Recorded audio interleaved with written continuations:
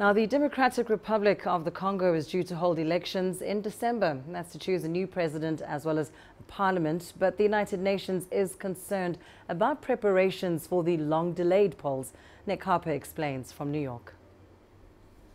The electoral process in the Democratic Republic of the Congo has been a major concern for both the UN Security Council and for the country.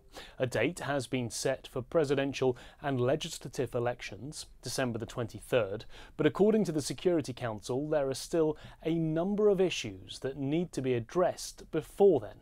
Firstly, if the elections take place as scheduled, whether the electoral process is free and fair. Secondly, the Security Council wants the elections to be safe and inclusive to all in an environment that has been beset by fighting and security issues for many years.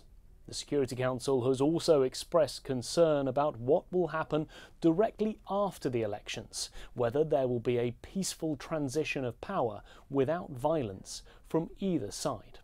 Well, throughout the last few years of constitutional crisis, the UN Security Council has consistently called for both sides and the additional extremist groups in the country to refrain from conflict and commit to an inclusive electoral process.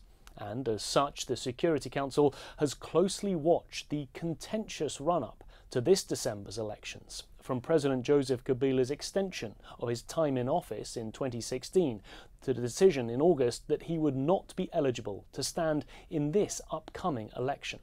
The fact that the DRC's Constitutional Court and the Electoral Commission have banned the opposition leader, Jean-Pierre Mbemba, from running may also be a topic of discussion for the visiting Security Council members during this trip. The Council has visited the DRC 13 times since the year 2000, the last visit in November 2016.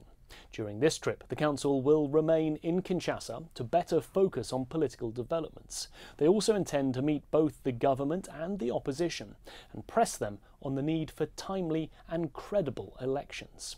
The Security Council may also offer the country's Electoral Commission the support of the United Nations mission in the country known as MONUSCO. However, recent UN reports have suggested the Commission intends to hold the elections without help from the mission. Harper, CGTN, New York.